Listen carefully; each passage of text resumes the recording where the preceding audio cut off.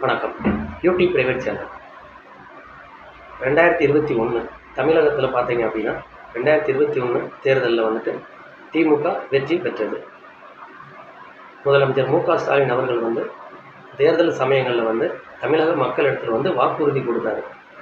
நான் வெற்றி பெற்றால் இந்தந்த மாதிரி சலுகைகள்லாம் நான் இலவசமாக தமிழக மக்களுக்கு நான் செய்வேன் அப்படிங்கிற ஒரு வாக்குறுதி கொடுத்து அவர் வாக்குறுதி கொடுத்தது போல் 2021 வந்து முதலமைச்சராக அவர் பதவி ஏற்றார். அவர் அந்த தேர்தல் சமயங்களில் கொடுத்த வாக்குறுதிப்படி ஒரு சில விஷயங்களை வந்து தமிழ்நாட்டில் வந்து தமிழக மக்களுக்கு கொண்டு சேர்த்துருக்காரு. எப்படின்னு கேட்டிங்கன்னா, குறிப்பாக சொல்லப்போனால் இப்போ மகளிருக்கு வந்து பார்த்திங்கன்னா மாதம் 1000 ரூபாய். அதே மகளிருக்கு மாத்திரமே வந்து தமிழகத்தில் வந்து இலவச பேருந்து பயணம். இது காலத்திலும் மாறாத ஒரு விஷயம்தான்.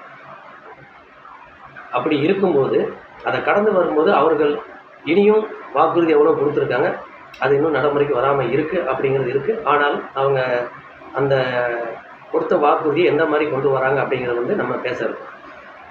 அதே மாதிரி பார்த்தீங்க அப்படின்னா, நம்ம இந்திய நாட்டில் வந்துட்டு முன்னாள் பிரதமர் அவர்கள் வந்து பார்த்திங்கன்னா நாடாளுமன்ற தேர்தலில் மீண்டும் அவரே வந்து பிரதமராக ஆட்சிட்டு இருக்காரு.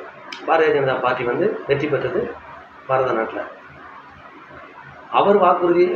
அவர் கொடுத்த வாக்குறுதி தேர்தல் சமயங்களில் பார்த்தீங்க அப்படின்னா, திரு நரேந்திர மோடி அவர்கள் வந்து இந்தியாவில் வந்து சொந்த வீடு இல்லாமல் ஒரு நபர் இருக்கக்கூடாது, நான் அவங்களுக்கு வந்துட்டு பிரதமர் நிதி உதவியில் வந்து நான் வந்து வீடுகள் கட்டி கொடுப்பேன் அப்படிங்கிறது வாக்குறுதி அவங்க கொடுத்துருந்தாங்க. வாக்குறுதி அவங்க கொடுத்தது கூட இந்தியாவில் இருக்கக்கூடிய அனைத்து மாநிலங்களுக்குமே வந்து அவங்க அந்த வீடு கட்டி கொடுப்பதற்காக நிதி உதவிகள் வந்து எல்லா மாநிலங்களும் அனுப்பி கொடுத்ததாகவும் தகவல் வெளிவந்திருக்கு. ஆனால் இதை பார்த்தீங்க அப்படின்னா, இப்போ கடந்த ஒரு ஆண்டுகளுக்கு மேலாக பார்த்தீங்க அப்படின்னா, ஏன்னா உடனே அவங்க செஞ்சிட முடியாது. இப்போ ஒரு ஆண்டுகளுக்கு மேலே அவங்க என்ன பண்ணிகிட்டு இருக்காங்க அப்படின்னு கேட்டிங்க அப்படின்னா,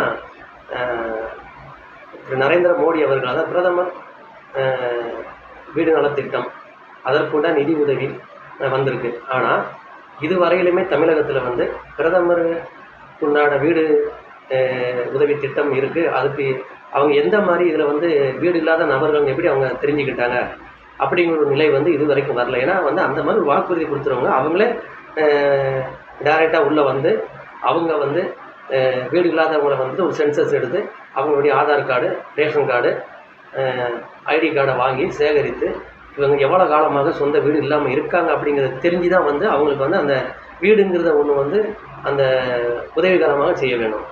ஆனால் இப்போ ஒரு வருஷத்துக்கு மேலே வந்து பார்த்திங்கன்னா அங்கங்கே வந்து தமிழகத்தில் வந்து பிரதமருடைய வீடு நலத்திட்டம் நடந்துக்கிட்டு இருக்குன்னு சொல்கிறாங்க.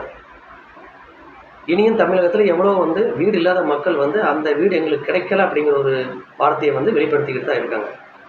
அதே மாதிரி பார்த்தீங்கன்னா, நம்ம தமிழ்நாட்டில் முதலமைச்சர் மு.க.ஸ்டாலின் அவர்கள் வந்துட்டு கலைஞர் நினைவு இல்லம் அப்படின்னு சொல்லி வீடு இலவசமாக கட்டி கொடுப்பதாகவும் வாக்குறுதி கொடுத்துருந்தாங்க.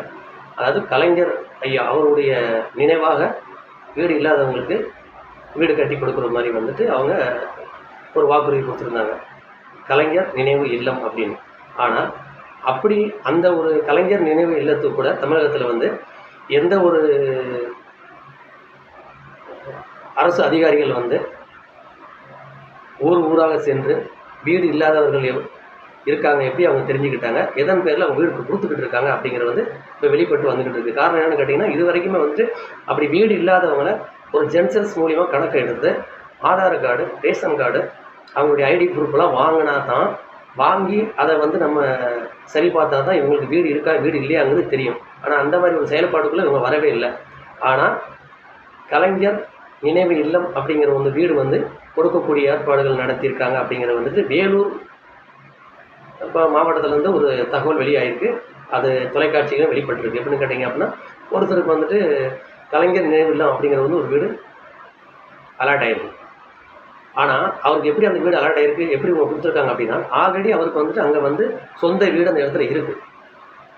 கலைஞர் நினைவு இல்லம் ஒரு வீடு கிடைக்க போகுதுன்னு இருந்த வீட்டை இனியும் கொஞ்சம் பெருசாக கட்டலான்ட்டு அவர் என்ன பண்ணிருக்காரு அப்படின்னு கேட்டிங்கன்னா, இருந்த வீட்டை இடித்து தள்ளிட்டு புதுசாக கலைஞர் நினைவு இல்லம் வீடுக்கு எதிர்பார்த்து அந்த வீட்டை இடிச்சிட்டாரு. இடிச்சிட்டு இருக்கும்போது பார்த்தீங்க அப்படின்னா, அவருக்கு இது வரைக்குமே வந்து கலைஞர் நினைவு இல்லம் அப்படிங்கிறது வந்துட்டு எப்படி வீடு கட்ட முடியும்? அவங்களுக்கு மண் கொடுக்கணும், செங்கல் கொடுக்கணும், கம்பி கொடுக்கணும், சிமெண்ட் கொடுக்கணும். இது போன்ற பொருட்கள் வந்து கொடுத்தா மாத்திரம்தான் வீடை கட்ட முடியும்.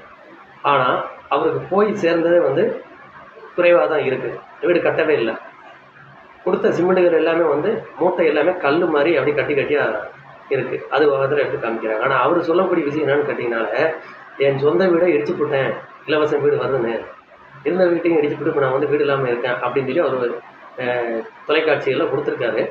ஆனால் அவருக்கு எந்த மாதிரி வீடை இவங்க எப்படி கொடுத்தாங்க? அவருக்கு சொந்த வீடு இருக்குன்னு சொல்லும் போது எப்படி இவங்க வீடு கொடுக்கலாம்? அப்போ வீடே இல்லாதவங்க எவ்வளோ பேர் இருக்காங்க இல்லையா? அப்போ அவங்க முறையான ஒரு செயல்பாட்டில் வந்து நடத்தலை அப்படிங்கிறத வந்துட்டு தமிழக மக்கள் கருத்து இப்போ ஆங்காங்கே இருக்கக்கூடிய மாவட்டங்கள் வந்து தமிழக மக்களுடைய கருத்து வெளிவந்துகிட்டு இருக்கு. இது எங்களுடைய ஒரு தொலைப்பார்வைகள் வந்து பார்த்து எங்களுடைய ஒரு விசாரணையில் பார்க்கும்போது என்னென்னு கேட்டிங்க அப்படின்னா, சீராக அதை செய்யவே இல்லை. கலைஞர் நினைவு இல்லம் அப்படிங்கிற ஒரு விஷயத்தை வந்து இவங்க இப்போ இருக்கக்கூடிய துறையினர்கள் வந்துட்டு அது சரியான முறையில் வந்து மக்களுக்கு கொண்டு சேர்க்கவே கிடையாது அப்படிங்கிறது தெரியுது. காரணம் என்னென்னு கேட்டிங்கன்னா, சொந்த வீட்டுக்காரங்களுக்கு இந்த வீடை கொடுக்குறாங்கன்னு சொல்லிட்டு அந்த வீட்டை அவங்க இடித்து போட்டுட்டு அவங்களும் ஏமாந்து நிற்கிறாங்க அப்படின்னா, அப்போது இந்த வீடெல்லாம் யார் கைக்கு சேருது? பாவப்பட்ட மக்களுக்கு அந்த ஒரு கலைஞர் நினைவு இல்லம் என்ற ஒரு வாக்குறுதி கொடுத்தது போல் அந்த வீடு இல்லாதவங்களுக்கு யாருக்கும் கிடைக்கல அப்படிங்கிறதும் எங்களுடைய சேனல் மூலியமாக நாங்கள் வெளிப்படுத்துகிறோம். இந்த வார்த்தை எல்லாமே தமிழக மக்கள் இடத்தில் இருந்து சேகரித்த வார்த்தை.